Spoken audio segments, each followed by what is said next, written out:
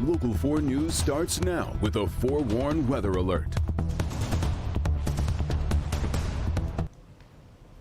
Well, it's dry and partly sunny right now across Metro Detroit, but our weather team is declaring a forewarned weather alert because of what we're expecting in just a few hours. What a difference it's going to be. Thanks for joining us at 6. I'm Ty Steele. And I'm Will Jones in for Kimberly Gill. This evening won't be an issue if you've got an outdoor activity plans, but overnight severe storms appear likely. Forewarned meteorologist Kim Adams is here with what you need to know.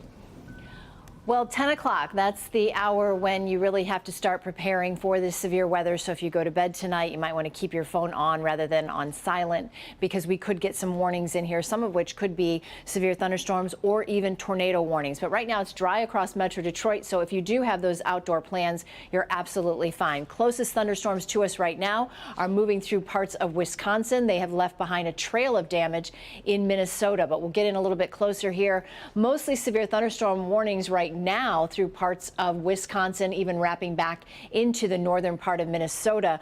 But in Minnesota, they had multiple tornado warnings and at least 1 or 2 confirmed tornadoes that did leave behind some damage. So all of this is going to move across Lake Michigan over the next several hours. They're getting these storms during the peak heating hours of the day. By the time the storms get to us, we are going to lose a little bit of that heating, but we'll hang on to enough to where it does look like we will have strong to severe thunderstorms. Pretty likely, especially if you go west of the city into Howell and Ann Arbor, you have an even better chance of getting those severe storms, which will have large hail, high winds, and also the possibility of isolated tornadoes. As far as heat goes, we do have temps right now that are in the 80s, 80 at Metro Airport. Last I checked, the high was 81, 80 in Pontiac, upper 70s in Mount Clemens, and 80 at City Airport. But as we look off to the west on our sky cams, we do see some clouds that are already building in to Ann Arbor. You can see some clouds building in there, but you go over to our Windsor sky cam and we still have some blue skies downtown, but clouds have definitely been on the increase. So it may look like it's about to rain, but you do have several hours before those thunderstorms get here. We'll talk more about that, plus round 2 for tomorrow night. We'll do that in a few minutes. A 95-year-old Redford woman calling Help Me Hank after she paid a lawn crew $1,000 and got little more than a big mess. But Hank went to work and he helped get a portion of that money back, so the work can now be properly done once and for all. Consumer investigator Hank Winchester coming to the rescue once again, this time in Redford tonight. I'm here in Redford. I'm with Beulah, 95 years young, emailed Help Me Hank because you hired somebody to help you here around the house. Yes. Paid a lot of money. Yes. And you don't feel like they did a very good job. He did. Well, you can see. Yeah. It should look better. It should look better. So I want to show you exactly what happened here. Hopefully you can learn from this mistake, and hopefully, most importantly, we can work to help Beulah. Take a look.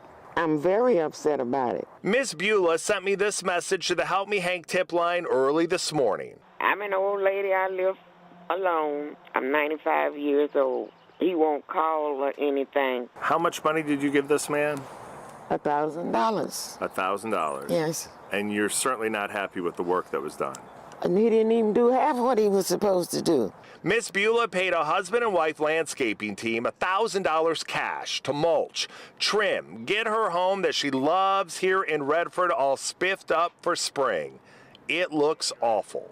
Now you won't even answer your phone. I wanted to bring you around to the backyard and take a look. Does this look like $1,000 worth of landscaping that was done? There's not even mulch in these beds. And take a look at the mess that was left out there by the curb. So I made my way here to the landscaper's house and take a look. It looks like the landscaper needs a little landscaping TLC themselves. Here's the deal. They wouldn't answer the door, but we had a conversation via the Ring doorbell. She paid you $1,000. There's not even mulch in half of the beds in the yard. Yes, it's gonna get done. And it's gonna get done today. Yes. The good news, the landscapers agreed to return a portion of the money and sent me this video as they dropped the cash. Putting it in her mailbox. Right there. And I am done. I will not be coming back to do any more work. Now, I know a lot of you right now may be ready to hire a contractor, maybe some landscapers to help you with some summer projects, but if you do, remember these important tips. Don't make the mistake Ms. Beulah made. Don't pay in cash and don't pay the full amount due up front. If you need to, leave a deposit for the work. Also, if you can, instead of paying cash, use a credit card. It offers you more security. And be sure to check those references. Remember, if somebody's had a good experience, that means you likely will too. We're here in Redford. I'm Hank Winchester. Help me, Hank. Local 4. A drunk driver who crashed into the Swan Boat Club, killing 2 children at a birthday party, is heading to prison. Within the past 2 hours, a judge handed Marcella Chittister a sentence of 25 to 50 years. Victor Williams was in court and joins us live with reaction from family members of the brother and sister killed. Victor. Yes, hey there, Will. So it was a very heartbreaking time right there inside of the courtroom. But the family members of the victims, they feel as if justice has been served to a certain extent. I have lost a part of myself I will never be able to recover. I struggle every day accepting the fact that my kids are forever gone. The parents of the 2 children killed in the Swan Boat Club incident, Zane and Alana Phillips, spoke out in court today during the sentencing of 67-year-old Marcella Chittister. I don't wish nothing but the worst for you, and I hope that you feel what we feel every day, because it's hard. It's hard even to wake up knowing that they're not here. Tears couldn't help but fall from both faces as family members looked on, hoping for the longest sentence possible. For the first time ever, Marcella Chittister had the chance to address them all. I can't help it. Say I'm so very, very sorry for the loss of your children. I pray for them every day. And I would ask that their father would also forgive me, as well as people that were injured. But in the end, the judge showed no mercy, sentencing Chittister to 25 to 50 years on just the second-degree murder charges alone. The defendant took her prescribed medicine, gabapentin, and had a glass of wine. She doesn't remember anything else. I didn't believe that. I don't think the jury believed that. Perhaps that's how you get away from the horror of such a thing, is just say, I don't remember what happened. Now, it is likely that Chittister will die while behind bars, already being 67 years old. But an appeal may be coming down the pipeline with her new lawyer. In the meantime, the family of the victims are hoping that this incident will discourage people from drinking and driving. Live in Monroe County, Victor Williams, Local 4. Okay, Victor, thank you. Despite years of pushback from neighbors, a Van Buren Township hazardous waste landfill is looking to expand. It's a battle the people here have been fighting for years, as you can see in our coverage from more than a decade ago in 2014. Watch. Residents in one community are saying no to radioactive waste. A meeting was held in Van Buren Township on Tuesday night on the Wayne Disposal Landfill. The landfill is currently asking the state for permission to store more radioactive waste there, but some residents don't want that. And just last summer, the landfill was preparing to take in contaminated material from the site where the atomic bomb was developed. Lauren Kostick is live tonight with how the community is reacting to all this. And Lauren, you also spoke to a state representative about this? That is true. And let me show you how she found out about all of this. Actually, right here in the local paper, a public notice posted printed on page 13. And now she and others in this community are demanding more answers.